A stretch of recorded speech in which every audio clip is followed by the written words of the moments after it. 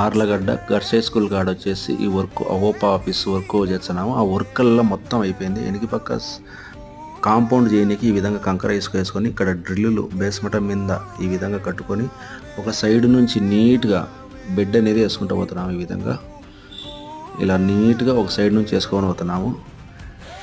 ఏదేమైనా మనం అనుకున్న కొలతలకు నీట్గా వచ్చినాయనుకో బిల్డింగ్ స్టాండర్డ్గా ఉంటుంది, సేమ్ టైం అందంగా కూడా ఉంటుంది.